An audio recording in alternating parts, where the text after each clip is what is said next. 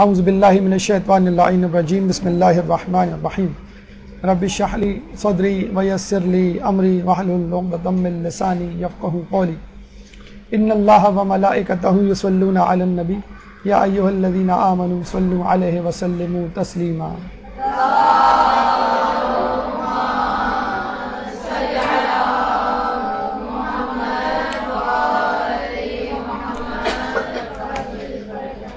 ایام فاطمی سے ہم گزر رہے ہیں اور ضروری ہے، بہتر ہے کہ ان ایام فاطمی میں ان مسائل کو زیر بحث لایا جائے جو خواتین سے متعلق ہیں۔ چنانچہ آج کے دن کے لیے جو موضوع آپ کے لیے منتخب کیا گیا ہے وہ ہے اسلام اور حجاب یا فلسفہ حجاب۔ سب سے پہلے ہماری گفتگو چند مقدماتی نکات کی طرف ہوگی، پھر لباس اور مغرب کے تعلق سے متعلق حجاب اور مغرب کیا رویہ پوائنٹ آف ویو رکھتا ہے حجاب کے لیے، حجاب اور قرآن حجاب کے لیے کیا کہتا ہے، حجاب اور فقہ اعتبار سے چند نکات، حجاب اور فاطمہ جناب سیدہ کا حجاب، اور آخر میں چند مصائب کے جملے۔ ایک درود پڑھ دیں محمد وآل محمد۔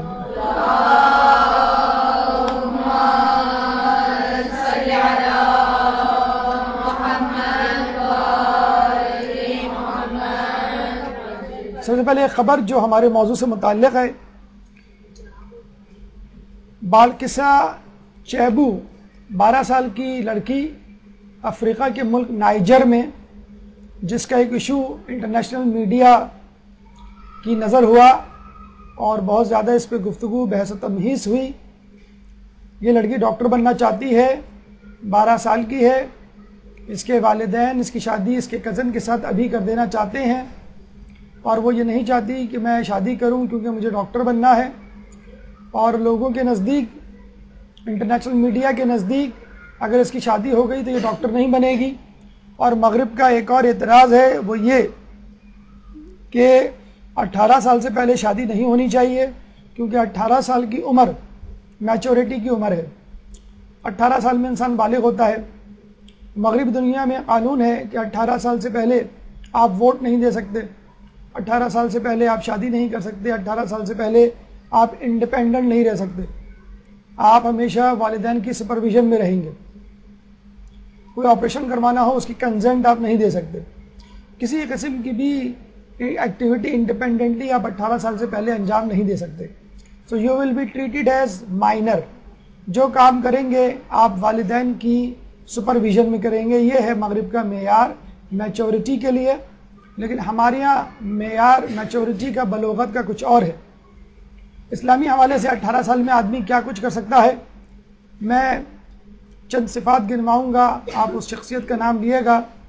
ایک عورت نے 18 سال کی عمر میں اپنے آپ کو بہترین بیٹی ثابت کیا، ایک شخصیت نے اپنے آپ کو 18 سال کی عمر میں بہترین بیوی ثابت کیا، ایک شخصیت نے اپنے آپ کو 18 سال کی عمر میں بہترین ماں ثابت کیا، اور پھر اسی عورت نے 18 سال کی عمر میں اپنے آپ کو سیدۃ النساء اہل الجنہ اور سیدۃ النساء العالمین ثابت کیا۔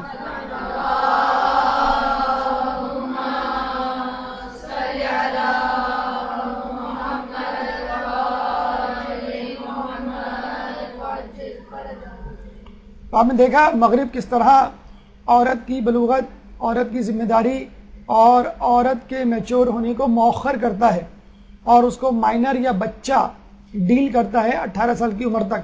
اور ہمارے یہاں ایک شخصیت، ایک مقدس شخصیت 18 سال کی عمر میں عورت کی معراج، یعنی اس معراج کو جس کو کوئی عورت نہیں پہنچ سکتی، دنیا و جہان و عالمین کی بہترین عورت 18 سال میں اس نے یہ کام کر دیا۔ تو یہ وہ چیلنج ہے اور یہ وہ تماچا ہے جو مغرب کے منہ پہ مارا گیا ہے اسلام کی اس خاتون نے، کہ تم جس بچی کو، جس لڑکی کو، جس عورت کو ذمہ داری اور مکلف کا کریڈٹ دینے کو تیار نہیں، اس عمر میں عورت کیا کچھ کر سکتی ہے۔ بلکہ مغرب میں تو ٹین ایج کی اصطلاح متعارف کروائی گئی ہے 13 سے لے کے 19 تک ہم اس ایج کو ٹین ایج کہتے ہیں. یعنی اس ایج میں لڑکا یا لڑکی کوئی بھی کام کر لیں, کوئی غلطی کر لیں, لغزش کر لیں, گناہ کر لیں, تو یہ کہہ کے معاف کر دیا جاتا ہے کہ چھوڑو بھائی, یہ تو ابھی ٹین ایجر ہے, چنانچہ ان کی باتوں کا کیا بھروسہ. تو ایسا نہیں ہے, ہمارے ہاں لڑکی یا عورت 9 سال میں ذمہ دار مکلف ہو جاتی ہے, اور لڑکا یا مرد جو ہے وہ 15 سال کے بعد مکلف یا ذمہ دار ہو جاتا ہے. اب وہ انڈیپینڈنٹ ہے, اب وہ اپنی زندگی آزادانہ طور پہ گزار سکتے ہیں. لیکن اگر ہم اپنی معاشرے کی لڑکیوں کو دیکھیں, 18 سال کی لڑکی سے پوچھیں کہ تم نے اب تک کیا کیا, تم نے گھر گرہستی میں کیا کچھ سیکھا, تو وہ ہنستے ہوئے کہتی ہے مجھے تو آملیٹ بنانا بھی نہیں آتا. میں جب کچن پہ جاتی ہوں تو میری ماں کہتی ہے ارے چھوڑو چھوڑو, تم کام خراب کرو گی, اندر جا کے بیٹھو, تم اپنی پڑھائی کرو. ہاں اگر تمہیں کام کرنا ہے تو سسرال جا کے کرنا. سسرال جا کے کام کرنا نہیں ہے, اس کو تو دکھانا ہے, وہاں تربیت دینی ہے, وہاں ٹریننگ دینی ہے کہ میں اپنے ماں کے گھر سے کیا سیکھ کے آئی. بہت بڑا المیہ ہے, بڑے افسوس کی بات ہے. مائیں بھی اس قصور میں مکمل طور پہ شریک ہے کہ بچیوں کو لڑکوں کی طرح کیریئر کی دوڑ میں لگا دیا گیا ہے کہ میری بچی ڈاکٹر بن رہی ہے, میری بیٹی انجینئر بن رہی ہے, میری بیٹی MBA کر رہی ہے, میری بیٹی CA کر رہی ہے, میری بیٹی IT پروفیشنل بن رہی ہے, ٹیچر بن رہی ہے, وغیرہ وغیرہ. اور اس چکر میں گھر گرہستی کی تمام باتیں, سگڑاپے کے تمام اسرار و رموز سے اس کو دور رکھا جاتا ہے. اور جب شادی ہونے والی ہوتی ہے تو ایک کریش کورس کروا دیا جاتا ہے, کوکنگ کا کریش کورس, بیوٹی پارلر کا کریش کورس, اور چھوٹے موٹے کورس کہ شاید یہ سسرال میں جا کے کچھ جو ہے وہ کرشمے دکھا سکے. لیکن زیادہ زور اس کے کیریئر پہ اور زیادہ زور اس کی جاب پر ہوتا ہے. یہی وجہ ہے کہ اب خواتین جو ہیں وہ اپنے آپ کو مردانہ صفات کی حامل بنانے پر تلی ہوئی ہیں, اور وہ باتیں جو ایک مرد کو سوٹ کرتی ہیں, یعنی کتنا کمایا جائے اور کیریئر میں کس فیلڈ کو اپنایا جائے, یہ قابل فخر باتیں مرد کو زیادہ سوٹ کرتی ہیں. عورت کے لیے سب سے بہتر اور قابل فخر بات اس کا سگڑھاپا ہے. اس کے ساتھ ساتھ اگر وہ کیریئر کے طور پہ کوئی اور فیلڈ, کوئی شعبہ اپنا لیتی ہے تو ٹھیک ہے, اس میں کوئی مذائقہ نہیں ہے, کوئی حرام یا ناجائز بات نہیں ہے. بہرحال آج جو موضوع ہم نے آپ کے لیے منتخب کیا ہے فلسفہ حجاب, کچھ لوگ سمجھتے ہیں کہ اس موضوع کا تعلق فقط عورتوں سے ہے. جی نہیں, اس موضوع کا بہت حد تک تعلق مردوں سے. آپ نے سنا ہوگا کہ مولا علی جب کوفے میں گئے تو وہاں پر عورتوں کو بے حجاب دیکھا, تو بے حجاب دیکھ کر عورتوں کو مخاطب نہیں کیا بلکہ وہاں کے مردوں کو مخاطب کیا, اور یہ کہا کہ کوفے کے مردوں تمہاری غیرت کو کیا ہوا. اس کا مطلب کیا ہوا, اگر عورت بے حجاب ہے تو یہ مردوں کی بغیرتی ہے, مردوں میں غیرت کی کمی ہے. کیونکہ عورت جب گھر سے بے حجاب نکلتی ہے تو یقیناً وہ کسی کی ماں ہوتی ہے, کسی کی بہن ہوتی ہے, کسی کی بیٹی ہوتی ہے, کسی کی بیوی ہوتی ہے, کسی کی بہو ہوتی ہے. تو کیوں نہیں اس کے باپ نے, اس کے بھائی نے, اس کے شوہر نے, اس کے سسر نے اس کو بغیر حجاب کے گھر سے نکلنے دیا. تو یہاں پہ عورت جو بے حجاب ہوتی ہے اس کی اصل ذمہ داری جو ہے وہ مرد پہ ڈالی جاتی ہے. اور اس کو سمجھنے کے لیے بڑی آسانی سے ایک اسٹوری, ایک کہانی آپ کو سنائی جا سکتی ہے کہ ایک بادشاہ تھا جس کو کپڑے پہننے کا, نئے سے نئے زرق برق لباس زیبتن کرنے کا بڑا شوق تھا, اور ہر گھنٹے وہ ایک کپڑے تبدیل کیا کرتا تھا. 2 ٹیلر, حقیقت میں وہ نوسر باز تھے, یعنی ٹرک کرنے والے, لوگوں کو بیوقوف بنانے والے. اس ملک میں آئے اور کہنے لگے بادشاہ ہم ایک ایسا ڈریس تیار کریں گے جو آج تک کسی نے آپ کے لیے تیار نہیں کیا ہوگا. اس کے لیے ہمیں بہت کثیر مال چاہیے, کپڑا چاہیے, فیکٹری لگانے کے لیے بہت بڑی جگہ چاہیے, وغیرہ وغیرہ. اور اس کی خصوصیت یہ ہوگی کہ اس لباس کو فقط عقل مند لوگ دیکھ سکیں گے, بے وقوف لوگ نہیں دیکھ سکیں گے. بادشاہ لباس سے زیادہ اس بات پہ خوش ہوا کہ چلو اس بہانے میں اپنے محل کے وزیروں کا امتحان لے لوں گا کہ کون عقل مند ہے, کون بے وقوف, اور جو عقل مند ہوگا اس کو اپنے پاس رکھوں گا اور جو بے وقوف ہوگا اس کو نکال دوں گا. چنانچہ کپڑا بننا شروع کیا. انہوں نے کہا اگر آپ چاہیں تو اپنے وزیروں کو ایک ایک کر کے ہمارے پاس بھیجتے رہیں تاکہ وہ دیکھتے رہیں کہ کپڑا کیسا سل رہا ہے, آپ کی مزاج کی, آپ کی طبیعت کا ہے کہ نہیں, اور اگر کوئی تبدیلی کرنی چاہیے تو آپ کر لیے گا. اب بادشاہ نے یہ کیا کہ 2 وزیر روزانہ بھیجنے شروع کیے. سب سے پہلے 2 کم عقل ترین وزیروں کو, سب سے لوور اسٹیٹس کے وزیروں کو بھیجا. جب یہ وہاں گئے تو انہوں نے دیکھا کہ کاریگر لگ رہا ہے کہ وہ کچھ سی رہے ہیں, لگ رہا ہے کہ وہ کوئی چیز اٹھا رہے ہیں, لگ رہا ہے کہ وہ کوئی چیز لپیٹ رہے ہیں وغیرہ وغیرہ، لیکن کپڑا کہیں نظر نہیں آتا۔ وہ بڑے پریشان ہوئے، ابھی وہ کہنے ہی والے تھے کہ کپڑا کہاں ہے، تو فوراً ایک دوسرے کو یاد دلایا، تمہیں یاد نہیں کہ ان ٹیلرز نے، ان بازیگروں نے یا ان سلائی کڑھائی کرنے والوں نے کہا تھا کہ یہ لباس وہی دیکھ سکے گا جو عقل مند ہے۔ اگر ہم کو لباس نظر نہیں آ رہا تو اس کا مطلب ہے ہم بے وقوف ہیں، اور اگر ہم نے اپنی بے وقوفی کو ثابت کر دیا تو بادشاہ کو جا کر کیا منہ دکھائیں گے؟ بادشاہ تو فوراً ہم کو اپنی جاب سے، وزارت سے نکال دے گا۔ چنانچہ انہوں نے جھوٹ کہہ دیا۔ وہاں پہ جب بازیگروں نے، ٹیلرز نے یہ پوچھا درزیوں نے کہ بھئی کپڑا کیسا لگا تم کو، انہوں نے فوراً جو ہے وہ اپنے خیالات سے واپس آتے ہوئے کہا کہ بڑا اچھا لگ رہا ہے، ماشاءاللہ بڑا خوبصورت رنگ آپ نے چوز کیا ہے، بادشاہ کو ضرور پسند آئے گا وغیرہ وغیرہ، اور پھر محل میں جا کے بادشاہ کو بتا دیا۔ بادشاہ نے کہا چلو ٹھیک ہے، یہ دونوں عقل مند ہیں کیونکہ ان کو یہ ڈریس نظر آ گیا۔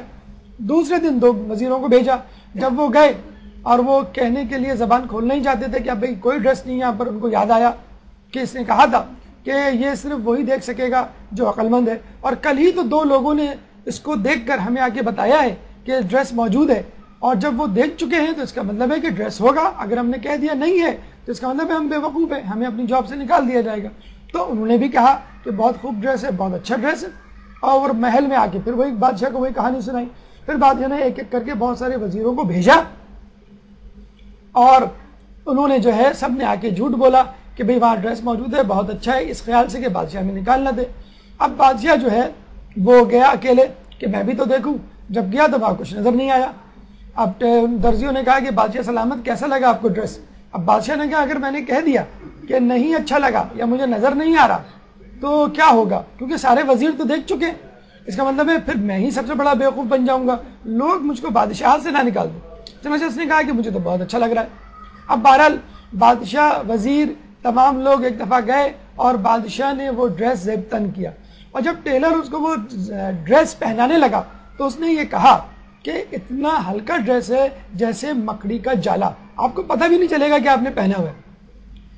جب بادشاہ نے پہنا، یعنی جب تو وہ تو تھا ہی نہیں ڈریس، تو بادشاہ نے کہا کہ بھئی واقعی مجھے تو لگ ہی نہیں رہا ہے کہ ڈریس ہے بھی کہ نہیں، اور تمام لوگ کہہ رہے ہیں واہ واہ کیا ڈریس ہے، کیا بات ہے آپ کی۔ بادشاہ صلاح الدین نے کہا چلو ٹھیک ہے، اب ایسا کرتے ہیں کہ ہم جو ہے رعایا کا چکر لگاتے ہیں اور یہ دیکھتے ہیں کون عقل مند ہے کون بے وقوف۔ اب وزیر کہتے ہیں کہ ٹھہر جائیں، پہلے ہم اعلان کر دیں۔ وزیر جا کے گلی گلی، قریہ قریہ، کوچے کوچے اعلان کرتے ہیں کہ بادشاہ نے ایک ایسا ڈریس سلوایا ہے جو صرف عقل مند لوگوں کو نظر آئے گا، اور جس کو نظر نہیں آیا وہ بیوقوف ہوگا اور بادشاہ اس کو زندان میں ڈال دے گا۔ چنانچہ بادشاہ اپنے وزیروں کے ساتھ وہ ڈریس پہن کر، یعنی کچھ نہ پہن کر، صرف ایک نیکر میں پوری ملک کی جو ہے پریڈ کرتا ہے، اور لوگ واہ واہ کیا بات ہے، کیا خوبصورت ڈریس ہے جو ہے وہ نعرے لگا رہے ہوتے ہیں۔ تو بادشاہ بڑا خوش ہوتا ہے کہ میری تمام عوام جو ہے ماشاءاللہ عقل مند ہے، ان تمام لوگوں کو رکھنا چاہیے۔ بادشاہ ایک جگہ سے گزرا، اس عمارت پہ ایک عورت اپنے بچے کو لے کے گود میں کھڑی ہوئی تھی۔ اس نے بچے نے فوراً کہا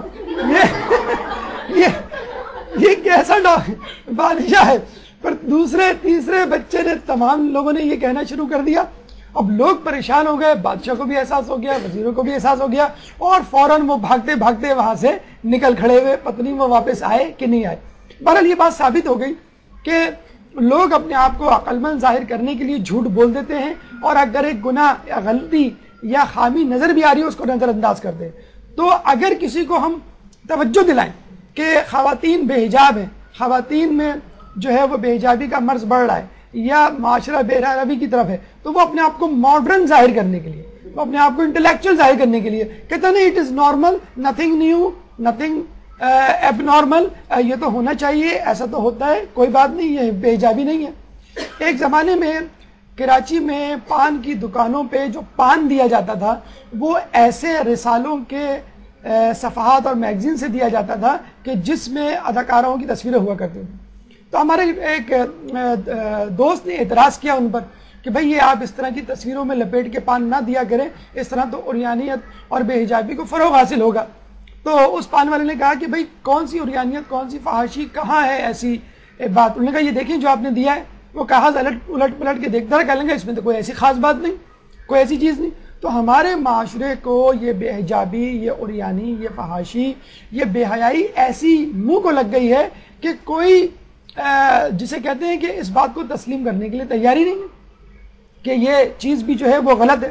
تو آئیے اپنی غیرت کو ثابت کیجئے کہ واقعی یہ بے حیائی ہمارے معاشرے میں پھیل رہی ہے، بے حجابی، اس کو ختم کرنا ہے، جس کے لیے کہا گیا ہے کہ بد نظری.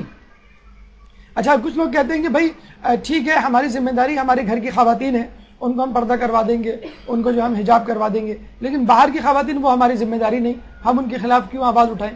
لیکن جو باہر کی خواتین ہیں ان پہ نگاہ ڈالنے کی وجہ سے آپ جس بد نظری کے گناہ میں مبتلا ہو رہے ہیں اس کی سزا آپ کو معلوم ہے کہ قیامت میں گرم گرم آگ کی سلاخیں آپ کی آنکھوں میں ڈالی جائیں گی جو جہنم میں پھینکے جانے تک آپ کی آنکھوں میں رہیں گی، جہاں روز محشر میں کہا جاتا ہے کہ ایک دن دنیا کے 50,000 سال کے برابر ہوگا. بد نظری کا گناہ جس کے بارے میں کہا جاتا ہے کہ جس نے نامحرم پہ نگاہ ڈالی شہوت بری، اس نے گویا مولا علی کو 60 مرتبہ 60 ٹائمز قتل کیا. اب آئیے اہمیت موضوع کی طرف. یاد رکھیے کہ حجاب ایک گھر کی طرح ہے. جب آپ گھر میں ہوتے ہیں تو اپنے آپ کو محفوظ سمجھتے ہیں، اپنی آزادانہ ایکٹیویٹیز اور کاموں کو جاری رکھتے ہیں. چنانچہ جب عورت گھر سے نکلتی ہے تو وہ چاہتی ہے میں گھر کی طرح محسوس کروں، گھر کی طرح اپنی ایکٹیویٹیز کو جاری رکھوں. تو جان لیجئے حجاب عورت کے لیے ایک گھر ہے اور وہ گھر کو اپنے ساتھ لے کے گھوم رہی ہوتی ہے. چنانچہ اس میں وہ بہت مکمل طور پہ اپنے آپ کو ہوم فیل کرتی ہے. اور ویسے بھی قیمتی چیز تجوری میں مثلا مال، جویلری، سی پی، موتی سی پی میں، تو قیمتی چیز ہمیشہ چھپا کے رکھی جاتی ہے، لوگوں کی نظروں سے اوجھل کر کے رکھی جاتی ہے تاکہ کوئی چرا نہ لے، کوئی اس کو لوٹ نہ لے. تو عورت کا بھی یہی حال ہے کہ عورت اتنی قیمتی شے ہے کہ کوئی اس کو چرا نہ لے. اب آئیے ہماری گفتگو کے دوسرے مرحلے کی طرف کہ لباس مغرب میں کیا ہے اور مغرب لباس کو کس طرح دیکھتا ہے. کیونکہ حجاب لباس کی بیٹی ہے، یعنی لباس ہوگا تو حجاب ہوگا. لباس اپنا مقصد پورا کر رہا ہے تو حجاب بھی خود بخود اپنا مقصد پورا کرتا ہوا نظر آئے گا. لیکن لباس کی اہمیت یا ضرورت کیا ہے، اس پہ ایک نظر ڈالتے ہیں. درود پڑھ دیں محمد والے محمد.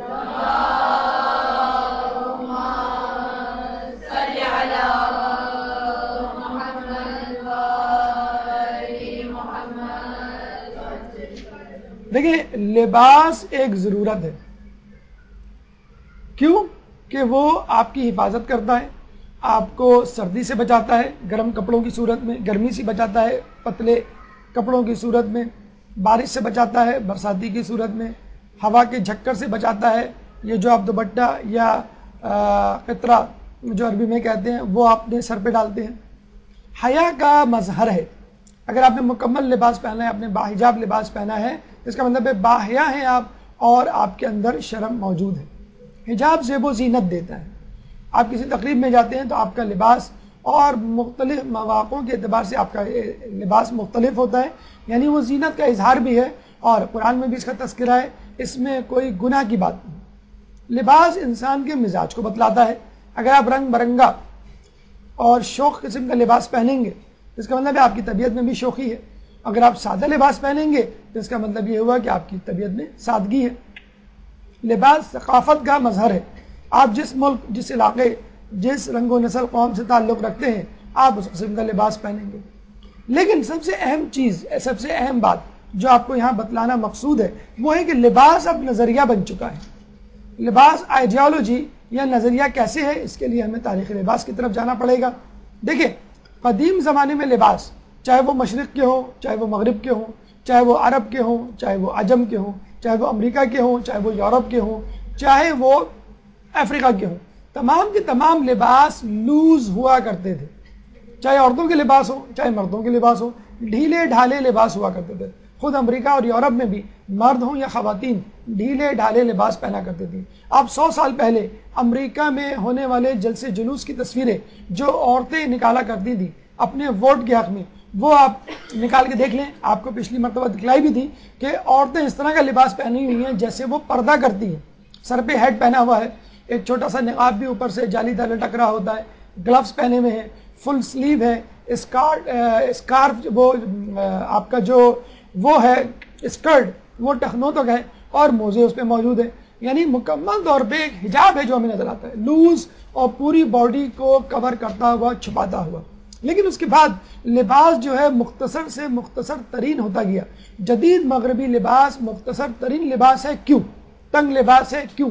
شفاف لباس ہے. کیوں؟ اس کے لیے ہمیں تاریخ دیکھنی پڑے گی. قرون وسطیٰ، مڈل ایج کو کہتے ہیں کہ جس میں مذہبیات پر بات ہوئی، الہیات پہ بات ہوئی، اور قرآن پہ بات ہوئی، بائبل پہ بات ہوئی، یعنی مختلف قسم کے مذاہب پر بات ہوئی. اور یہ دور مشتمل تھا 500 صدی سے لے کر 15ویں صدی تک، 5ویں صدی سے 15ویں صدی تک. اس کے بعد نشاط ثانیہ کا دور آیا، رینیسنس کا دور، جو کہ یورپ میں پیدا ہوئی. اٹلی اس کا مرکز اور محور تھا، اور یہ 1700 سے لے کر 19ویں صدی تک، یہ 14ویں صدی سے 17ویں صدی تک چلتا رہا. یہ وہ دور تھا کہ جس میں جو ہے انسان کو اپنی فکر ہوئی اور اس نے الہیات کو یا مذہب کو چھوڑ دیا. اس کے بعد جدید دور یا ماڈرن ایج جو 17ویں صدی سے لے کر آج تک چل رہا ہے. ڈیوڈ کا مجسمہ مائیکل اینجیلو نے بنایا، کہ جو کہ اٹلی کا بہت مشہور مجسمہ ساز اور فلسفی تھا. اور اس نے یہ مجسمہ اس طرح بنایا کہ اس نے یہ آئیڈیالوجی دی کہ انسان کو فقط اپنے بارے میں سوچنا چاہیے، کیونکہ یورپ اور دوسرے ممالک صلیبی جنگوں سے ابھی جان چھڑا کے آزاد ہوئے تھے، اور اس کے مضر اثرات سے اب تک گزر رہے تھے. یعنی بیماریاں ہیں، مثلاً تباہ کاریاں ہیں، مثلاً معاشی گراوٹ ہے، مہنگائی ہے. چنانچہ انہوں نے کہا کہ انسان کو خدا کے لیے نہیں، انسان کو مذہب کے لیے نہیں، بلکہ انسان کو اپنے آپ کے لیے جینا چاہیے. چنانچہ انہوں نے ڈیوڈ کا مجسمہ بنایا، جو ایک نوجوان کا مجسمہ تھا، جس میں یہ زیادہ فوکس کیا گیا کہ انسان کو چاہیے کہ فقط اپنے لیے زندگی گزارے. اگر وہ خدا مذہب کے لیے زندگی گزارے گا تو پھر اسی طرح کی صلیبی جنگیں اور مختلف قسم کی مورکہ آرائی ہوگی، اور انسان دوبارہ جھگڑوں میں پڑ جائے گا. حتیٰ کہ انہوں نے مریم مقدس کا مجسمہ بھی جو اس طرح کا ترتیب دیا کہ پہلے مریم مقدس حجاب میں نظر آیا کرتی تھی، اب وہ جو ہے حجاب کے بغیر نظر آنے لگی. ڈیکارڈ نے 400 سال پہلے کہا تھا، میں ہوں کہ میں سوچتا ہوں. اور اس کے بعد جب یورپ میں عورتوں کے بے حجاب مجسمے بنائے گئے تو بات یہاں پر پہنچی کہ عورت کہنے لگی، میں ہوں اس لیے کہ لوگ مجھے دیکھتے ہیں. یعنی اگر عورت کو لوگ نہ دیکھیں تو وہ عورت ہی نہیں. چنانچہ عورت نے اپنے حسن کی، اپنے زیب و زینت کی نمائش کرنی شروع کر دی اور حجاب کو پرے رکھ دیا. یہاں سے حجاب ایک ریاکاری، نمود و نمائش کا مرکز بن گیا. یعنی مقصد لباس کچھ اور تھا، اور اب مقصد لباس کچھ اور ہو گیا. اب مقصد لباس انفرادی ذاتی تشہیر کا سبب بن گیا. یعنی اگر حجاب بھی پہنا جاتا تو اس طرح پہنا جاتا کہ لوگوں کو دکھایا جائے کہ میں کیا پہنی ہوئی ہوں. چنانچہ ہم دیکھتے ہیں کہ لباس کو انگلش میں ڈریس کہتے ہیں، یعنی آراستہ کرنا. لباس کو عربی میں لباس کہتے ہیں، اور اس کا مطلب ہوتا ہے چھپانا. لباس کو فارسی میں پوشاک کہتے ہیں، جس کا مطلب ہے چھپانا. تو آپ نے دیکھا مشرق اور مغرب میں لباس کے معنوں میں فرق. مغرب میں لباس کا معنی ہے دکھانا، اپنے لباس کو دکھانا، اپنے جسم کو دکھانا، اپنے جسم کی نمائش کرنا. اور آج کل کے لباس ہی ایسے ہیں کہ پہنتے ہوئے بھی اپنے جسم کی نمائش ہوتی ہے. اور رسول اللہ نے ایسی عورتوں پہ لعنت کی ہے کہ جو لباس پہنتے ہوئے بھی برہنہ ہوں گی. چنانچہ ہمارے ہاں لباس کا مطلب ہے اپنی شخصیت یا اپنے جسم کو چھپانا، جس کے لیے جو لوگ فقط ریاکاری کے لیے، اپنے آپ کو دکھانے کے لیے لباس استعمال کرتے ہیں، ان کے لیے امام نے فرمایا کسی شخص کی ذلت و خواری کے لیے اسی قدر کافی ہے کہ وہ ایسا لباس پہنے یا ایسی سواری اختیار کرے جو اسے نمایاں اور مشہور کر دے. جو شخص اپنے آپ کو منفرد اور نمایاں کرنے کے لیے لباس پہنے تو قیامت میں خداوند عالم قیامت کے دن ایسے شخص کے لیے آگ کا لباس بنائے گا. تو آپ نے دیکھا دنیا میں ایسے شخص کو ذلیل و خوار کہا گیا ہے جو ریاکاری کے لیے لباس استعمال کرے، اور قیامت میں ایسے شخص کو سزا کی بری خبر سنائی گئی ہے، یعنی آگ کا لباس اس کو پہنا جائے گا. اجتماعی مقصد فقط اور فقط کاروبار اور منافع سازی ہو گیا. عورت کو جب بے حجاب کیا گیا تو اس کو خوبصورت نظر آنے کے لیے میک اپ کا سامان دیا گیا. چنانچہ آئے دن نئے نئے میک اپ کے گیجٹس اور طریقہ کار ایجاد ہونے لگے اور عورت کے لیے باقاعدہ ایک میک اپ کی انڈسٹری وجود میں آ گئی. اس کے بعد فیشن کو ایجاد کیا گیا. ہر سال ایک نئے فیشن کو انٹروڈیوس کروایا گیا. کبھی تنگ لباس، کبھی ڈھیلا لباس، کبھی آدھا لباس، کبھی پورا لباس، کبھی لمبے لمبے کرتے، کبھی چھوٹی چھوٹی کرتیاں، کبھی ٹائٹس، کبھی لیگنگز، اور اس طرح کے مختلف قسم کے جو ہے لباس لوگوں میں انٹروڈیوس کروائے گئے تاکہ لوگوں کو یعنی عورتوں کو کہا جائے کہ آپ اپنے لباس کو دکھائیں. اور پھر اس فیشن کے لیے فلموں کا سہارا لیا گیا، ڈراموں کا سہارا لیا گیا، ایڈورٹیزمنٹ کا سہارا لیا گیا اور مختلف قسم کے ٹاک شوز کا سہارا لیا گیا، بلکہ باقاعدہ پورے ٹی وی چینلز فیشن کے نام پر وجود میں آ چکے ہیں. یاد رکھیے دنیا میں اس وقت 3 کاروبار عروج پر ہیں اور یہ تینوں کاروبار امریکہ بہادر چلا رہا ہے. وہ ہے اسلحہ سازی کی خرید و فروخت، منشیات کی خرید و فروخت اور فحاشی. اسلحہ کا سب سے بڑا بائر 2016-15 کی فگر کے مطابق سعودی عرب ہے، جس نے امریکہ سے سب سے زیادہ اسلحہ خریدا ہے.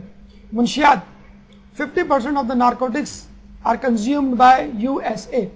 فحاشی امریکہ اسپیشلی کیلیفورنیا اس وقت فحاشی کا ہالی ووڈ سب سے بڑا اڈا سمجھا جاتا ہے، جہاں کی پیدا کی ہوئی فحاشی اور یعنی پوری دنیا میں انسان کو زیر و زبر کیے ہوئے ہیں.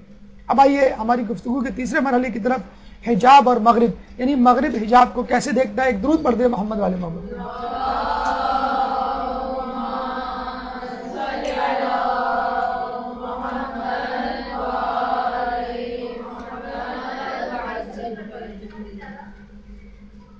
دیکھیے یہ تصویر بہترین عکاسی کرتی ہے اسلامی مشرقی عورت اور غیر اسلامی مغربی عورت کی. یعنی مغربی عورت کی آنکھیں بند ہیں، سب کچھ کھلا ہوا ہے، اور مشرقی عورت اسلامی عورت کا سب کچھ بند ہے، محفوظ ہے، اور اس کی آنکھیں کھلی ہوئی ہیں. یعنی وہ سوچنے سمجھنے کی صلاحیت رکھتی ہے، وہ دیکھ رہی ہے اس کے ساتھ کیا ہو رہا ہے، دنیا میں کیا ہو رہا ہے. لیکن مغربی عورت کو نہیں معلوم کہ آس پاس کیا ہو رہا ہے، چنانچہ اس نے آنکھیں بند کی ہوئی ہیں یا اس کی آنکھوں کو بند کر دیا گیا ہے.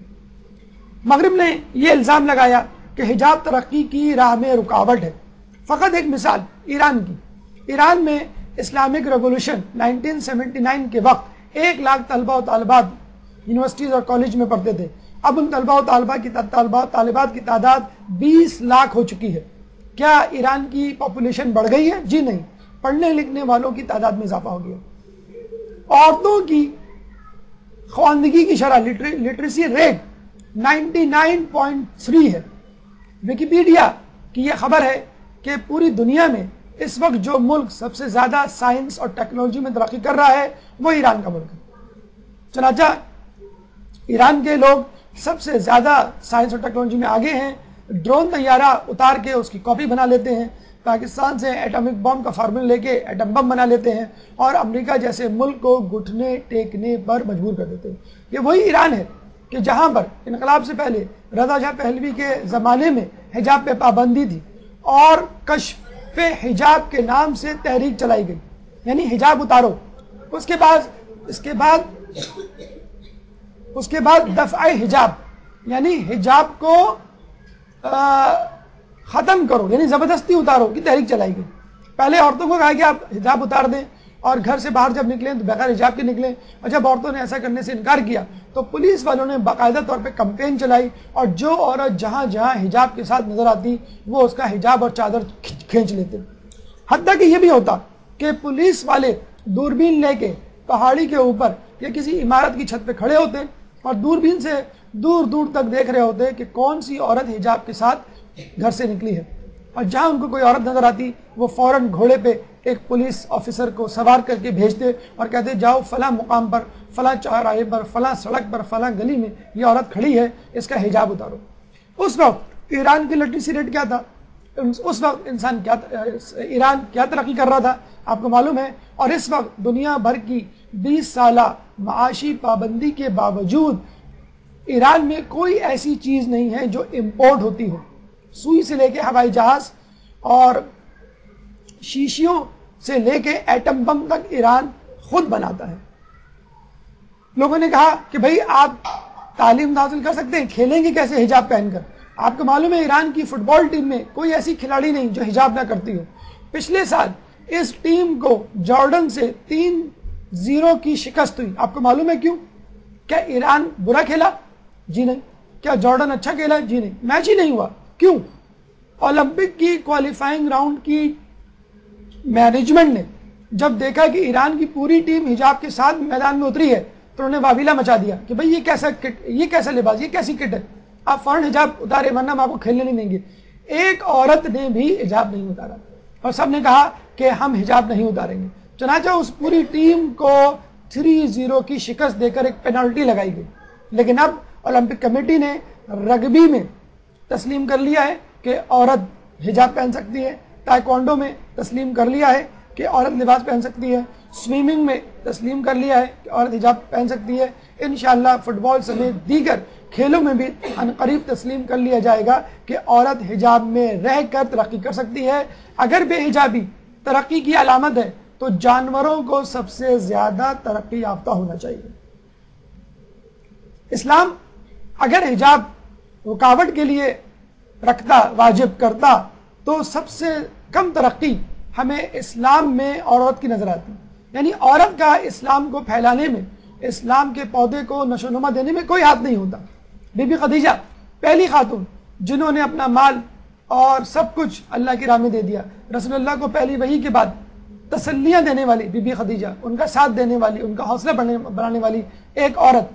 اور اس عورت نے رسول اللہ کو جو ہے وہ آگے بڑھایا اور ان کو جو ہے وہ ہر مشکل وقت میں ان کا ساتھ دیا. بزنس وومن ملکۃ العرب، لیکن رسول اللہ نے کبھی بھی ان کو بزنس کرنے سے نہیں روکا. کیسے ایک عورت حجاب میں رہتے ہوئے تمام مردوں سے آگے نکل گئی. بی بی سمیہ اسلام کے لیے شہادت دینے والا پہلا مرد نہیں تھا، پہلی عورت. بی بی سیدہ جب ان کو پتہ چلتا ہے کہ 5 سال کی عمر میں رسول اللہ کے اوپر کسی نے اوجھڑی ڈال دی ہے تو بی بی سیدہ باہر نکلتی ہیں، ڈرتی نہیں ہیں. اوجھڑی کو، کوڑے کو، غلاظت کو رسول اللہ کے اوپر سے ہٹاتی ہیں، گھر آ کے ان کا سر دھلاتی ہیں. جنگ احد میں خبر ملتی ہے کہ رسول اللہ کو شہید کر دیا گیا تو فوراً جنگ احد کے میدان میں مردوں کی طرح پہنچ جاتی ہیں جہاں پہ بہت سارے مرد میدان چھوڑ کے جا چکے تھے. جنگ خندق میں کچھ روٹیاں پکاتی ہیں اور یہ کہتی ہیں رسول اللہ نے بہت دنوں سے روٹی نہیں کھائی. جنگ خندق کے میدان میں تنہ تنہا پہنچ جاتی ہیں اور کہتی ہیں کہ میں نے روٹیاں بنائی تھی، سوچا آپ کے لیے لے آؤں. بی بی زینب اگر کربلا میں نہ ہوتی تو کربلا کا واقعہ، کربلا کی قربانی کو آگے بڑھانے والا کون ہوتا؟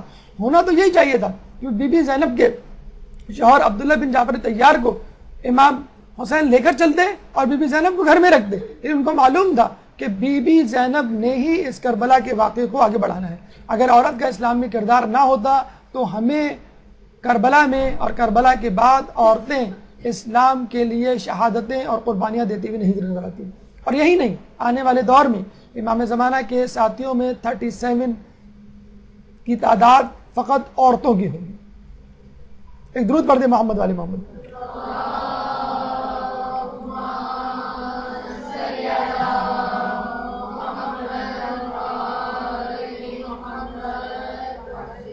مغرب نے جب یہ دیکھا کہ تعلیمی اور کھیل کے میدان میں عورت آگے بڑھتی چلی جا رہی ہے حجاب کے ساتھ، چنانچہ صحت کے متعلق سائنسی شوشہ چھوڑا گیا اور یہ کہا کہ جو عورتیں حجاب کرتی ہیں ان کے جسم میں سورج کی شعاعیں صحیح نہیں پہنچتی، وٹامن ڈی ایکٹیو نہیں ہوتا، اور جب تک وٹامن ڈی ایکٹیو نہیں ہوگا کیلشیم ایبزارب نہیں ہوگا، اور کیلشیم جب تک ایبزارب نہیں ہوگا بونز میں ڈپازٹ نہیں ہوگا، اور جب تک بونز میں کیلشیم ڈپازٹ نہیں ہوگا بونز اسٹرانگ نہیں ہوں گی. چنانچہ عورتوں کو آسٹیوملیشیا ہو سکتا ہے، یعنی کمزور ہڈیوں کی بیماری جو عورتیں حجاب کرتی ہیں.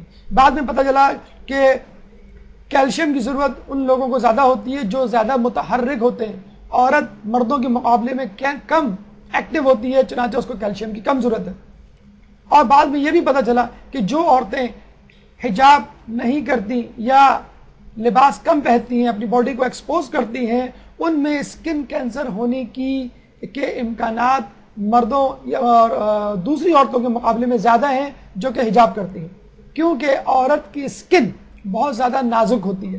ضروری ہے کہ اس کی اسکن کو حجاب سے ڈھانپا جائے تاکہ نہ صرف یہ مردوں کی نظروں سے بچیں بلکہ اس کینسر کرنے والی سورج کی شعاؤں سے بھی بچے.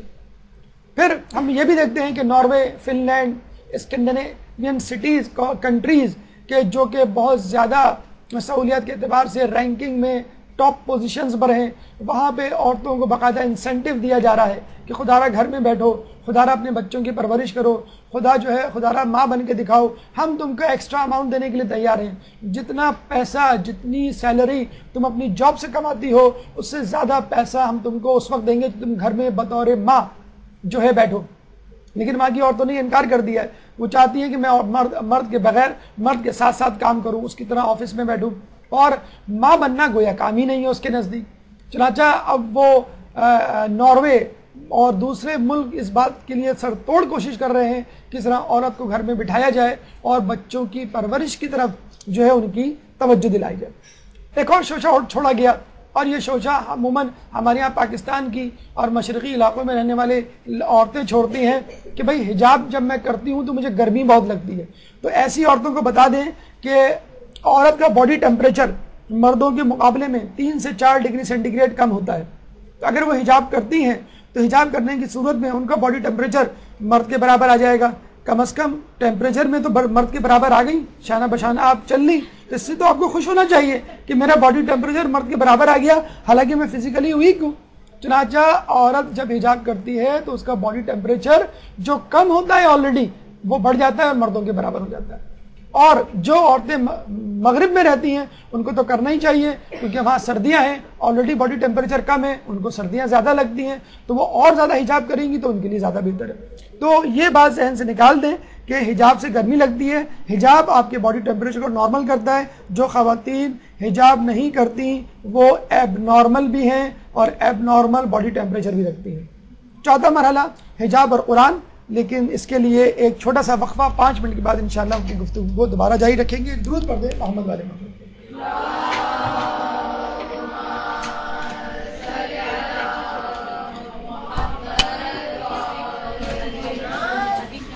بسم اللہ الرحمن الرحیم۔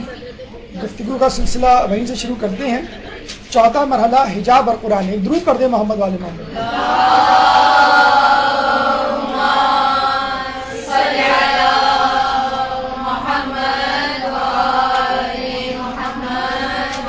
اگر عورت بے حجاب ہے تو مرد کی ذمہ داری یہ ہے کہ وہ اپنی نظروں کی حفاظت کرے۔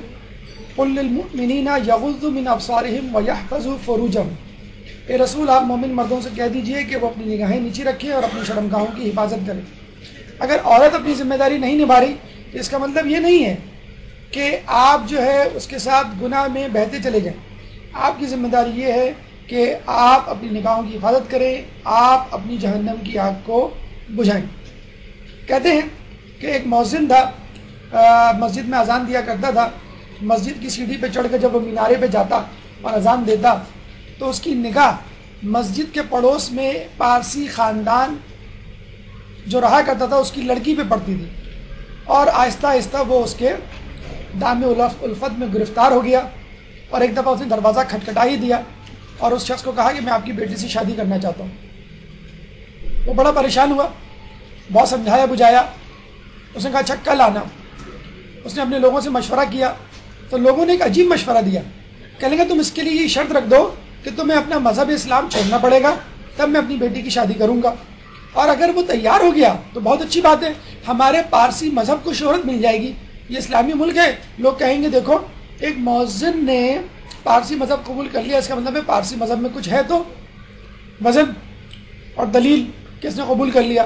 دوسرے دن اس نے اس لڑکے کو کہا کہ تم جو ہے اگر پارسی ہو جاؤ تو میں تمہیں اپنی لڑکی دے دوں گا، اور وہ عشق میں دیوانہ اس نے کہا ٹھیک ہے میں جو ہوں پارسی ہو جاتا ہوں۔ اس نے کہا ٹھیک ہے تم اگلے جمعے کو عصر کے وقت آ جانا اور میں تمہاری شادی اپنی لڑکی سے کر دوں گا۔ چنانچہ وہ بڑا خوش ہوا، دن گزرتے رہے، جمعے کا دن آیا، اس نے عصر کی اذان دی اور سیڑھی سے نیچے جاتے ہوئے جلدی جلدی قدم اٹھانے لگا کہ اس کا پاؤں پھسل گیا اور وہیں سیڑھی کے نیچے گر کر وہ ہلاک ہو گیا۔ تو آپ نے دیکھا کہ آدمی عمر بھر نیکی کرتا ہے، اذان دیتا ہے، لوگوں کو نماز کے لیے بلاتا ہے، اور خاتمہ بالسوء ہوتا ہے۔ تو آدمی اللہ تعالیٰ آدمی کو ایسی موت سے بچائے، تو یہ بد نظری ہے، یہ شہوت بری نگاہیں ہیں جن کی وجہ سے انسان کا دین ایمان خطرے میں پڑ جاتا ہے۔ یہ کہا جاتا ہے کہ جب انسان کسی عورت پہ لذت بھری نگاہ ڈالتا ہے تو سب سے پہلا اثر یا سب سے پہلی سزا جو اللہ دیتا ہے اس سے اس کی عبادت کی حلاوت چھین لیتا ہے، یعنی اس کو عبادت کرنے میں مزہ نہیں آتا، وہ چاشنی وہ خوبصورتی محسوس نہیں ہوتی، اور جب وہ عورت پہ نگاہ نہیں ڈالتا، ہٹا لیتا ہے، تو سب سے پہلی جو لذت یا نعمت دیتا ہے اس کی عبادت میں خشوع و خضوع اور لذت پیدا ہو جاتی ہے۔ کہتے ہیں کہ جو نوجوان جب کسی نامحرم پہ نظر ڈلتی ہے تو فوراً جب ہٹا لیتا ہے اسی وقت اس کی حور جنت میں ہاتھ اٹھا کر اللہ سے دعا کرتی ہے کہ اللہ اس نوجوان کو جلد از جلد مجھ سے ملا دے۔ اسی طرح عورتوں کو بھی کہا گیا وَقُلْ لِلْمُؤْمِنِينَ مُؤْمِنَاتِ يَغْضُضْنَ مِنْ أَبْصَارِهِنَّ وَيَحْفَظْنَ فُرُوجَهُنَّ وَلَا يُبْدِينَ زِينَتَهُنَّ إِلَّا مَا ظَهَرَ مِنْهَا وَلْيَضْرِبْنَ بِخُمُورِهِنَّ عَلَى جُيُوبِهِنَّ۔ اور رسول آپ مومن عورتوں سے کہہ دیجئے کہ وہ اپنی نگاہیں نیچے رکھیں اور اپنی شرمگاہوں کی حفاظت کریں اور اپنی زینت و آرائش کو ظاہر نہ کریں سوائے اس کے جو خود ظاہر ہو، اور چاہیے کہ وہ اپنی اوڑھنیاں اپنے گریبانوں میں ڈال دیں۔ یعنی عورت کو مرد کی طرح کا حکم دیا گیا کہ وہ بھی اپنی نگاہوں کی حفاظت کرے۔ ٹھیک ہے، عورت اس طرح مردوں کی طرح متاثر نہیں ہوتی جس طرح مرد متاثر ہوتا ہے، لیکن عورت بھی بد نظری کے گناہ میں مبتلا ہو سکتی ہے، اور عورت کو ایک الگ اضافی مشورہ یہ دیا گیا ہے کہ وَلَا يُبْدِينَ زِينَتَهُنَّ إِلَّا مَا ظَهَرَ، کہ وہ اپنی زینت کو ظاہر نہ کرتی پڑے إِلَّا مَا ظَهَرَ، جو ظاہر ہو جائے، یعنی جیسے چہرہ ہے اور ہتھیلیاں ہیں، اور ان کے سامنے کہ جو محرم ہے ان کے سامنے وہ ظاہر کر سکتی ہے، اور اپنی اوڑھنیاں اپنے گریبانوں میں ڈالے رہے۔ سورہ نور آیت نمبر 31۔ کہتے ہیں کہ کسی زمانے میں دریائے فرات کے کنارے دو سلطنتیں، دو بادشاہ رہا کرتے تھے، اس طرف شاپور اور اس طرف اساتیرون۔ ایک دفعہ شاپور کو طاقت و قوت ملی، اس نے اساتیرون کے محل پر حملہ کرنا چاہا، وہ اپنے قلعے میں نظر بند ہو کے بیٹھ گیا، چنانچہ اس نے قلعے کا محاصرہ کیا اور انتظار کرنے لگا کہ کب قلعے کا دروازہ کھلے اور اس پہ حملہ کرے۔ ادھر اساتیرون کی بیٹی چھت سے شاپور کو دیکھ رہی تھی، وہ اس کی مردانہ وجاہت سے اتنی متاثر ہوئی کہ اس نے اپنے غلام کے ذریعے پیغام بھجوایا کہ اگر میں کسی طرح قلعے کا دروازہ کھلوا دوں تو کیا تم مجھ سے شادی کرو گے؟ تو شاپور نے فوراً جو ہے وہ پیغام بھجوایا خط کا جواب کی صورت میں کہ ٹھیک ہے، تم دروازہ کھلوا دو گی تو میں تم سے شادی کر لوں گا، تمہیں اپنے ملک کی ملکہ بناؤں گا۔ چنانچہ اس نے کسی بہانے سے غلام سے کہلوا کر قلعے کا دروازہ کھول دیا۔ شاپور کی فوج نے حملہ کیا اور اساتیرون کو قتل کر کے اس کی سلطنت پر قبضہ کر لیا۔ شاپور نے وعدے کے مطابق اساتیرون کی بیٹی سے شادی کر لی۔ ایک دفعہ اساتیرون کی بیٹی جو اب شاپور کی بیوی بن چکی تھی، سو کے اٹھی تو اس کی کوہنی جو ہے اس نے ایک نشان پتے کی شکل کا موجود تھا۔ اس نے کہا کہ یہ نشان کیسا؟ اس نے کہا کہ میں جہاں سوئی تھی اس کے نیچے یعنی بستر کے اوپر جو ہے وہ پتا رکھا ہوا تھا اور میرا ہاتھ پتے پہ تھا، جب میں صبح اٹھی تو اس کا نشان پڑ گیا۔ تو اس نے کہا کہ اتنے سے پتے نے تمہاری جلد پر نشان ڈال دیا اتنا گہرا؟ تو اس نے کہا کہ میرے باپ نے بڑے ناز و نعام سے میری پرورش کی تھی، روزانہ گوسفن یعنی بھیڑ کا مغز، انڈے کی زردی اور شہد کھلایا کرتا تھا، اور میری بہت حفاظت کیا کرتا تھا کہ آج تک کسی چونٹی نے بھی مجھے نہیں کاٹا، کسی کانٹے نے بھی میرے پاؤں میں زخم نہیں کیا۔ تو شاپور نے کہا کہ جس باپ نے تجھے اتنے ناز و نعام سے پالا اس کو قتل کروانے کے لیے تو نے سوچا بھی نہیں، اور مجھ سے شادی کی خاطر تو نے اپنے بادشاہ کو، اپنے باپ کو قتل کروا دیا، تو مجھ سے کیا وفا کرے گی؟ چنانچہ اس نے کہا کہ اس عورت کو یعنی اساتیرون کی بیٹی اور اس کی بیوی کو بالوں سے پکڑ کے گھوڑے سے باندھ دیا جائے، گھوڑے کی دم سے، اور گھوڑے کو تیز دوڑایا جائے جب تک یہ عورت یعنی اساتیرون کی بیٹی مر نہ جائے، اس وقت تک گھوڑے کو دوڑاتے رہو۔ اور یوں اساتیرون کی بیٹی جو ہے وہ ہلاک ہو گئی۔ تو آپ نے دیکھا کہ بد نظری جہاں ایک مؤذن کو اپنے دین سے ہاتھ دھلوا سکتی ہے، وہاں ایک عورت کو بھی موت سے ہمکنار کر سکتی ہے۔ قرآن میں ایک جگہ آیا ہے سورہ بقرہ آیت نمبر 187، ہن لباس لکم وانتم لباس لہن، وہ عورتیں تمہارا لباس ہیں اور تم ان کا لباس ہو. سورہ بقرہ آیت نمبر 187. یہ شوہر اور بیوی کے لیے ہے کہ ان کے لیے آپ اس میں کوئی پردہ نہیں, وہ ایک دوسرے کو مکمل طور پہ دیکھ سکتے ہیں. اور یہاں پر لباس لہن اور لباس لکم کا مطلب یہ بھی ہے کہ وہ ایک دوسرے کی حفاظت کے لیے ہے. جیسے لباس آپ کی ستر پوشی کرتا ہے, اسی طرح عورت اور مرد ایک دوسرے کی ستر پوشی کرتے ہیں. مرد عورت کے عیب, کوتاہیاں, لغزشیں, خامیوں کو چھپائے, اور عورت بھی اپنے شوہر کی خامیاں, کوتاہیاں, لغزشوں کو, کمزوریوں کو چھپائے. تو دونوں ایک دوسرے کو پروٹیکشن پرووائڈ کرتے ہیں.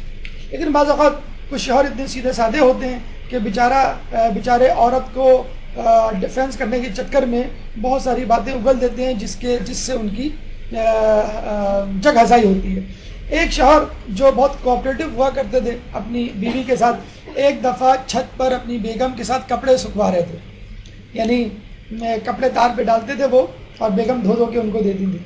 ان کے دوستوں نے دیکھ لیا, اور شام کو جب وہ دوستوں کے ساتھ نکڑ بے گلی کے بیٹھے تو دوستوں نے ریکارڈ لگانا شروع کر دیا کہ تم تو بڑے جورو کے غلام ہو, تم جو ہے اس کے ساتھ جو ہے وہ کپڑے دھلوا رہے ہو.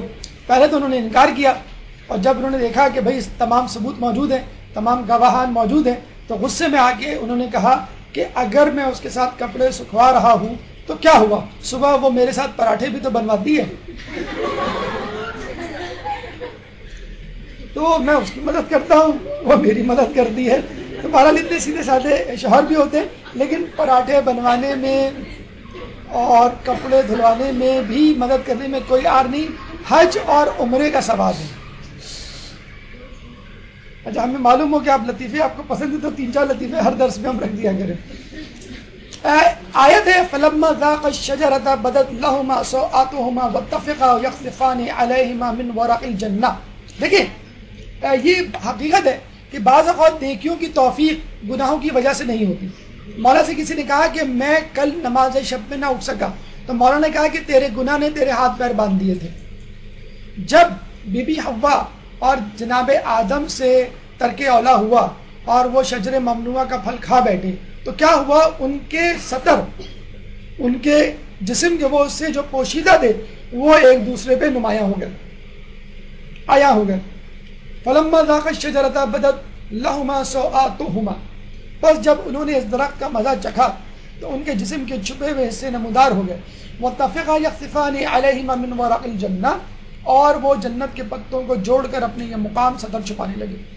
تو اگر آپ کا حجاب کا جی نہیں چاہتا, حجاب کرنے میں الجھن ہوتی ہے, تو آپ دیکھیے کون سا ایسا گناہ ہے جو حجاب میں مانے ہے.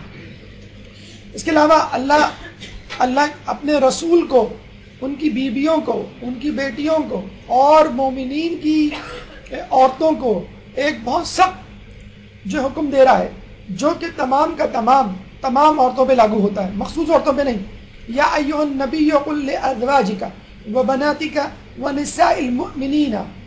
اے نبی, آپ اپنی بیٹیوں, بیویوں اور اہل ایمان کی عورتوں سے کہہ دیجئے یدنین علیہن من جلابیبہن, کہ وہ باہر نکلتے وقت اپنے اوپر چادر بطور گھونگھٹ لٹکا لیا کرے. ذالک ادنی ان یعرفن فلا یؤذین. یہ طریقہ قریب تر ہے کہ وہ پہچان لی جائیں اور ستائی نہ جائیں. یعنی رسول کی گھر کی عورتوں کو, ان کی بیویوں اور بیٹیوں کو اور مومنین کی عورتوں کو بھی, کہ یدنین علیہن من جلابیبہن, کہ اپنے اوپر چادر بطور گھونگھٹ لٹکا لیا کریں. یہ آیت عموماً حجاب کی حکمت یا حجاب کے حکم کے طور پہ اکثر کوٹ کی جاتی ہے.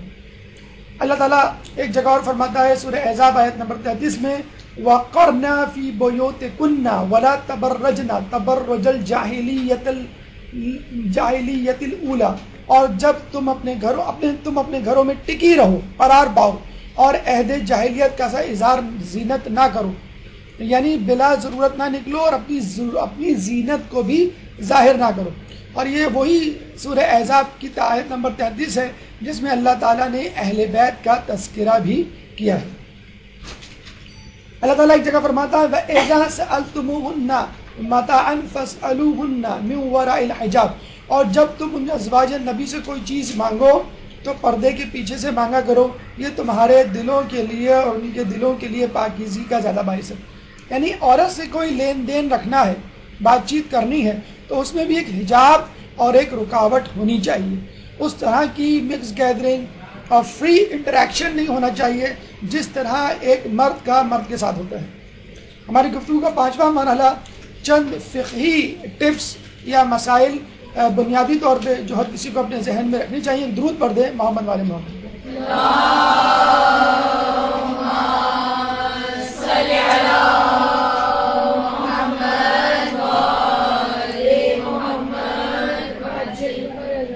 حجاب کی حدود سوائے چہرے اور ہتھیلیوں کے تمام بدن ڈھانپنا ہوگا، اور اگر ان پر زینت والی چیز ہو تو انہیں بھی چھپانا ہوگا۔ یہ ایک جنرل فارمولہ ہے، ایک عمومی کلیہ ہے۔ تفصیلات آپ توضیح المسائل اور دیگر فقہی کتابوں میں دیکھ سکتے ہیں۔ حجاب کی شرائط شفاف نہ ہو، یعنی سی تھرو نہ ہو، ٹرانسپیرنٹ نہ ہو، تنگ نہ ہو یعنی چست اور تنگ نہ ہو کہ جسم کے اعضاء اور ان کے ابھار نظر آئیں، زینت نہ ہو، یعنی آپ نے کوئی ایسی چیز یعنی اسکارف ایسا رنگ برنگا یا فلیم بوائنٹ قسم کا پہنا ہوا ہے جو خود ایک اٹریکشن کا سبب بن رہا ہے۔ بعض اوقات ایسے حجاب، اسکارف، چادریں خواتین پہنتی ہیں جو خود ایک اٹریکشن کا سبب ہے، تو وہ آپ کے پردے کی افادیت کو کھو دیتا ہے۔ افراد جن سے حجاب کرنا ہے ہر نامحرم سے، چاہے کزن، دیور، قریبی رشتہ دار ہی کیوں نہ ہو۔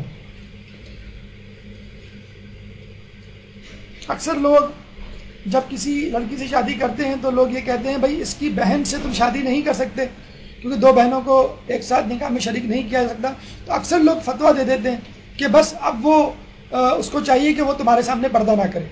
تو یہ علت نہیں ہے، وہ بہرحال آپ شادی نہیں کر سکتے، لیکن اس لڑکی یعنی جو آپ کی بیوی ہے اس کے مرنے کے بعد طلاق کی صورت میں تو بہرحال کر سکتے ہیں بعد میں، چنانچہ وہ بھی جو ہے حجاب کے ساتھ آپ کے سامنے آئے گی۔ حجاب کی عمر 9 سال قمری مکمل ہونے پر ہے، اور مردوں کی بلوغت کی عمر جو ہے 15 سال اور عورتوں کے لیے لڑکیوں کے لیے 9 سال ہے، اور یہ قمری سال ہے، عیسوی سال نہیں ہے، اور قمری سال عیسوی سال سے پہلے ہو جاتے ہیں۔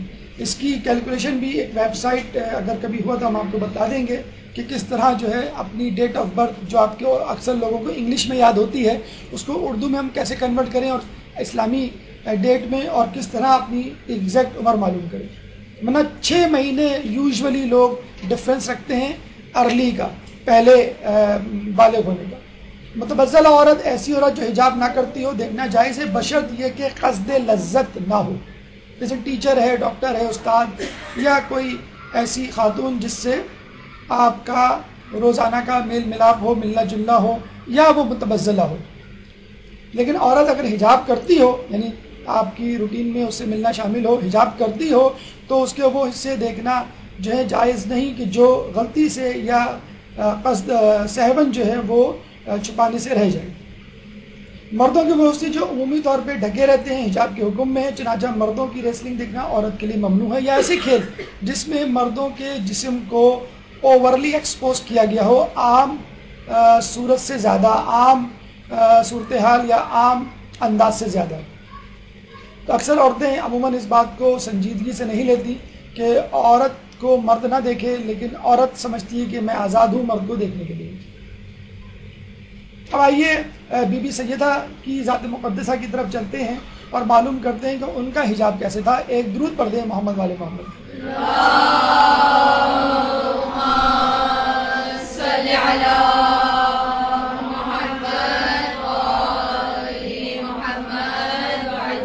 ایک دفعہ رسول اللہ خطبہ دے رہے تھے مسجد نبوی میں، اور انہوں نے یہ سوال کیا کہ بہترین عورت کون ہے، یا عورت کے لیے بہترین کیا چیز ہے؟ چنانچہ کوئی صحابی صحیح جواب نہیں دے سکا۔ سلمان فارسی بی بی سیدہ کے حجرے کی طرف گئے اور دیوار سے باہر کھڑے ہو کے سوال کیا کہ بی بی رسول اللہ نے یہ سوال کیا ہے، آپ اس کا کیا جواب دیتی؟ انہوں نے جواب دیا کہ بہترین عورت وہ ہے، یا عورت کے لیے بہترین یہ ہے کہ وہ نہ تو کسی عورت مرد کو دیکھے اور نہ ہی مرد اس کو دیکھے۔ تو یہاں پہ دونوں کنڈیشن آ گئی، اپنے آپ کو بھی مردوں کی نگاہوں سے چھپانا ہے اور خود بھی مردوں کو دیکھنے سے گریز کرنا ہے۔ اور ہمیں ملتا ہے کہ ایک دفعہ رسول اللہ کے گھر میں نابینا صحابی آئے تو بی بی سیدہ اٹھ کے جانے لگی، تو رسول اللہ نے کہا کہ تم کیوں جا رہی ہو، تو نابینا ہے؟ تو آپ نے کہا کہ میں تو نابینا نہیں، اور یہ بھی تو ہو سکتا ہے کہ یہ میرے بدن کی خوشبو سونگھ لے۔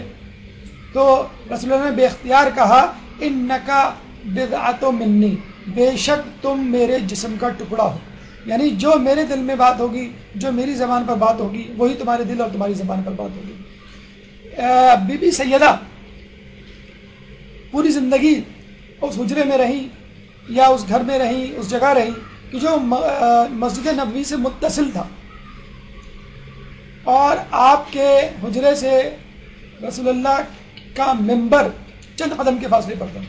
اگر وہ اپنے حجرے سے نکلتی تو رسول اللہ کو صاف طور پہ دیکھ سکتی تھی، ان کا خطبہ سن سکتی تھی، ان کے پیچھے نماز پڑھ سکتی تھی، لیکن عمر بھر انہوں نے اپنے حجرے سے قدم باہر نہیں نکالا۔ عمر بھر جو ہے وہ باہر نکل کے رسول اللہ کو نہیں سنا، ان کے پیچھے نماز نہیں پڑھی۔ تو یہ جناب سیدہ کی حجاب کی معراج تھی کہ انہوں نے چند قدم جو ہے اپنے حجرے سے باہر نکلنا جو ہے وہ ضروری نہیں سمجھا۔ اور جب خطبہ فدق کے پہ احتجاج کے لیے اپنے گھر سے نکلی خلیفہ وقت کے دربار میں جانے کے لیے، تو کہا یہ جاتا ہے کہ اپنی قد و قامت کی 7 محجبہ خواتین بنی ہاشم سے لی، اور اس طرح مدینے کی گلیوں میں جا رہی تھی، چل رہی تھی کہ لوگ مشخص معین نہیں کر سکتے تھے کہ اس میں فاطمہ کون ہے، یعنی اپنے آپ کو اتنا زیادہ لوگوں کی نظروں سے چھپانا کہ لوگ یہ بھی نہ سکیں کہ یہ دیکھو یہ عورت ہے، یہ لڑکی ہے، یہ شخصیت ہے کہ جو فاطمہ ہے۔ حتیٰ کہ مرنے سے پہلے، شہادت سے پہلے وہ جو غمگین تھی، غمگین تو وہ رسول اللہ کی شہادت کے بعد سے تھی، تو اسماء بنت امیس سے کہا کہ مجھے ڈر لگتا ہے، مجھے خوف آتا ہے، مجھے برا لگتا ہے یہ سوچ کر کہ جب میرا جنازہ لے کے جایا جائے گا تو لوگوں کی نظریں میری میت پہ، میرے جسم پہ پڑیں گی۔ حالانکہ کفن ڈھپا ہوا ہوگا، لیکن اس کے باوجود ان کو گوارا نہیں تھا۔ چنانچہ اسماء بنت امیس نے ان کو یہ ایک آئیڈیا دیا کہ میں جہاں رہتی تھی یعنی حبشہ، وہاں پہ مردے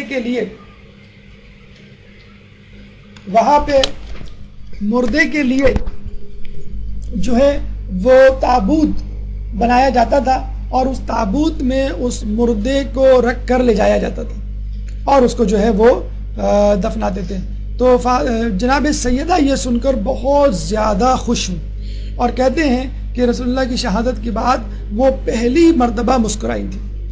تو جناب سیدہ نے نہ صرف اپنی زندگی میں بلکہ اپنی زندگی کے بعد بھی اپنے حجاب کو برقرار رکھا۔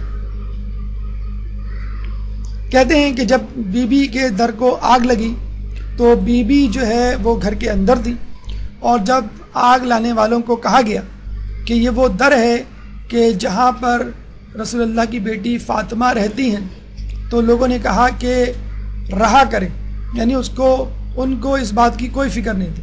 حالانکہ رسول اللہ کہہ چکے تھے کہ جس نے فاطمہ کو ناراض کیا اس نے مجھے ناراض کیا، اور جس نے مجھے ناراض کیا اس نے خدا کو ناراض کیا، اور جو خدا کو ناراض کرے وہ اپنا ٹھکانہ جہنم میں بنا لے۔ مگر یہاں یہ بات ہم کہیں گے کہ بی بی جب آگ لگا ہوا دروازہ آپ کے اوپر گرا تو آپ اس گھر میں موجود تھی جہاں آپ کے شوہر اور بچے موجود تھے۔ آگ لگنے پر آپ اپنے گھر کے اندر ہی رہیں، لیکن کربلا میں آئیے کہ دیکھیے کہ جب خیموں میں آگ لگی تو بیبیاں ایک خیمے سے دوسرے خیمے، دوسرے خیمے سے تیسرے خیمے کی طرف بھاگ رہی تھی، اور بالآخر جب ایک خیمہ بچ گیا تو بی بی زینب نے سید السجاد سے کہا کہ ہم آگ میں جل جائیں یا باہر نکل جائیں، تو سید السجاد نے کہا کہ جان بچانا واجب ہے، اور پھر بیبیاں خیموں سے نکلیں۔ اس کے بعد بازار کوفہ، دربار شام اور لوگوں کا اجتحام۔ علی لعنت اللہ علی القوم الظالمین۔ اس گفتگو سے متعلق اگر آپ کے ذہن میں کوئی سوال ہے تو آپ کر سکتے ہیں، لیکن سوالات سے پہلے ایک صلوات۔